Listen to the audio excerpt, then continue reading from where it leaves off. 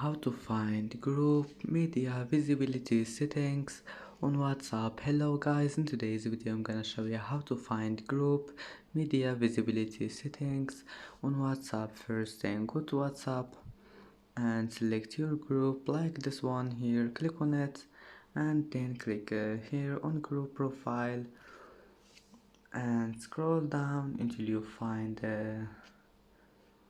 this one here, media visibility. Click on it and as you see here you can manage media visibility on WhatsApp, and that's it. It's easy of course, and that's how to find it.